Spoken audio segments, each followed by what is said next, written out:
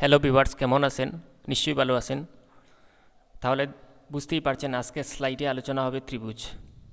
ত্রিভুজ কি? এই প্রশ্নটির উত্তর জানবার পূর্বে আমরা ত্রিভুজ শব্দটি কিভাবে গঠিত হয়েছে সেটি দেখবার চেষ্টা করব। ত্রিভুজ শব্দটি দুটি অংশের সমষ্টি। ত্রি মানে তিন এবং ভুজ মানে বাহু, অতএব তিনটি বাহু দ্বারা আবদ্ধ ক্ষেত্রকে ত্রিভুজ বলে।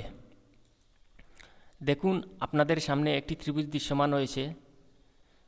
তিনটি বাহু দ্বারা এই যে ক্ষেত্র তৈরি হয়েছে, আবদ্ধ যে ক্ষেত্র তৈরি হয়েছে, এই ক্ষেত্রটিকেই মূলত ত্রিভুজ বলা হবে। অর্থাৎ এই ক্ষেত্রটি তিনটি রেখাংশ বা সরল রেখাংশ দ্বারা তৈরি হয়েছে, হওয়ার ফলে যে আবদ্ধ ক্ষেত্র তৈরি হয়েছে এটিকেই মূলত ত্রিভুজ বলা হবে। তাহলে আমরা ত্রিভুজের আরেকটি বিকল্প সংজ্ঞা দেখতে পারি। তিনটি রেখাংশ দ্বারা সীমাবদ্ধ জ্যামিতিক চিত্রকে ত্রিভুজ বলে। ত্রিভুজ গঠিত হওয়ার ফলে তিনটি কোণ উৎপন্ন হয়, এই একটি কোণ, এই একটি কোণ, এই একটি কোণ।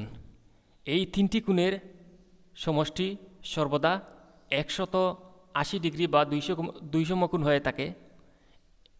দেখুন, আমি লিখে দিয়েছি যে কোনো ত্রিভুজের তিন কোণের সমষ্টি 180 ডিগ্রি বা 200 কোণ। এটি একটি ত্রিভুজের সাধারণ বৈশিষ্ট্য। আবার আরেকটি কথা অবশ্যই বলতে হয়, যে তিনটি রেখাংশ দ্বারা ত্রিভুজ গঠিত হয় এদের প্রত্যেকটিকে আলাদাভাবে বাহু বলা হবে। দেখুন, লিখে দিয়েছি ত্রিভুজ উৎপন্নকারী প্রত্যেকটি রেখাংশকে আলাদাভাবে বাহু বলে। অর্থাৎ যে তিনটি রেখাংশ দ্বারা ত্রিভুজ গঠিত হবে ওই তিনটি রেখাংশের প্রত্যেকটিকে পৃথকভাবে বাহু বলা হবে। ত্রিভুজ কত প্রকার ও কী কী? ত্রিভুজ প্রধানত দুই ভাগে বিভক্ত, বাহুবেদে এবং কোণবেদে। প্রথমে দেখব বাহুবেদে। বাহুবেদে ত্রিভুজ তিন প্রকার: সমবাহু ত্রিভুজ, সমদ্বিবাহু ত্রিভুজ, বিষমবাহু ত্রিভুজ। আবার কোণবেদেও ত্রিভুজ তিন প্রকার: সূক্ষ্মকোণী ত্রিভুজ, সমকোণী ত্রিভুজ, স্থূলকোণী ত্রিভুজ। এখন মূল আলোচনায় যাওয়া যাক। প্রথমে বাহুবেদে ত্রিভুজ নিয়ে আলোচনা করব।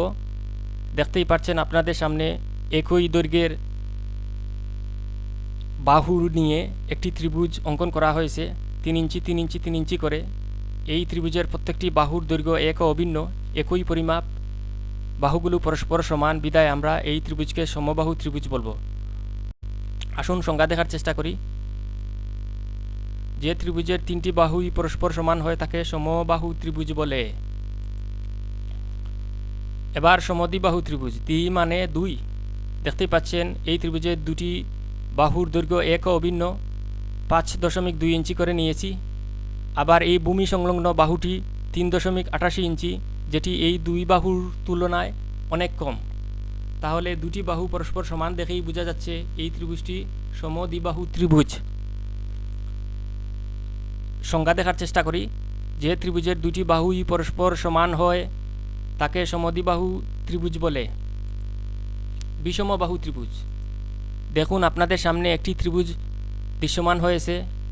এই ত্রিভুজের তিনটি বাহুই তিন ধরনের রঙের। এর দ্বারা বোঝানোর চেষ্টা করেছি বাহুগুলো পরস্পর সমান নয়। পাশাপাশি লিখে রেখেছি এই বাহুটি 5 ইঞ্চি, এই বাহুটি 4 ইঞ্চি, এই বাহুটি 1 ইঞ্চি। তাহলে বোঝাই যাচ্ছে এই ত্রিভুজের বাহুগুলো অসমান, ভিন্ন ভিন্ন দৈর্ঘ্যের। অতএব আমরা বলবো এই ত্রিভুজটি বিষমবাহু ত্রিভুজ। আসুন সংজ্ঞা দেখার চেষ্টা করি। যে ত্রিভুজের তিনটি বাহুই পরস্পর সমান নয় তাকে বিষমবাহু ত্রিভুজ বলে। এখন কোণবেদে ত্রিভুজ নিয়ে আলোচনা করব।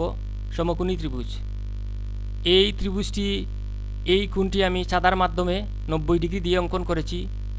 যে ত্রিভুজের একটি কোণ 90 ডিগ্রি হয়ে থাকে সেই ত্রিভুজকে আমরা সমকোণী ত্রিভুজ বলবো। সমকোণী ত্রিভুজের সমকোণের বিপরীত বাহু, এই বাহুটিকে অতিভুজ বলা হয়। অতিভুজই হচ্ছে সমকোণী ত্রিভুজের সবচেয়ে বৃহত্তম বা বড় বাহু। এই দুটি বাহু দ্বারা 90 ডিগ্রি কোণ উৎপন্ন হয়েছে, অতএব আমরা এই বাহুকে অতিভুজ বলবো। আসুন সংজ্ঞা দেখার চেষ্টা করি। যে ত্রিভুজের একটি কোণ সমকোণ বা 90 ডিগ্রি এর সমান হয় তাকে সমকোণী ত্রিভুজ বলে। এবার সূক্ষ্মকোণী ত্রিভুজ। যে ত্রিভুজের প্রত্যেকটি কোণ 90 ডিগ্রি এর চেয়ে ছোট হয়ে থাকে, সেটা হতে পারে 60, হতে পারে 70, হতে পারে 80 ডিগ্রি, যে কোনো পরিমাপ সেটা অবশ্যই 90 ডিগ্রি এর চেয়ে কম। এই ত্রিভুজের 60 ডিগ্রি 60 ডিগ্রি করে প্রত্যেকটি কোণ অঙ্কন করা হয়েছে, সুতরাং 90 ডিগ্রি এর চেয়ে ছোটো হওয়ায় এই ত্রিভুজকে আমরা সূক্ষ্মকোণী ত্রিভুজ বলবো। আসুন সংজ্ঞা দেখার চেষ্টা করি। যে ত্রিভুজের 3টি কোণই সূক্ষ্মকোণ অর্থাৎ 90 ডিগ্রি এর চেয়ে ছোটো হয় তাকে সূক্ষ্মকোণী ত্রিভুজ বলে।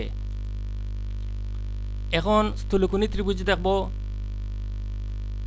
বলে রাখা ভালো, স্থূলকোণ মানে 90 ডিগ্রি এর চেয়ে বড় এবং 180 ডিগ্রি এর চেয়ে ছোটো, অর্থাৎ এক সমকোণের চেয়ে বড় 2 সমকোণের চেয়ে ছোটো কোণকেই স্থূলকোণ বলে। তাহলে এই ত্রিভুজের এই কোণটি আমি এক সমকোণের চেয়ে বড় 90 ডিগ্রি এর চেয়ে বড় 114 ডিগ্রি 114 ডিগ্রি দিয়েই অঙ্কন করেছি, বিদায় এই ত্রিভুজকে আমরা স্থূলকোণী ত্রিভুজ বলবো। আসুন সংজ্ঞা দেখার চেষ্টা করি। যে ত্রিভুজের একটি কোণ স্থূলকোণ বা 90 ডিগ্রি এর চেয়ে বড় হয় তাকে স্থূলকোণী ত্রিভুজ বলে। আজকের আলোচনা এই পর্যন্তই ছিল।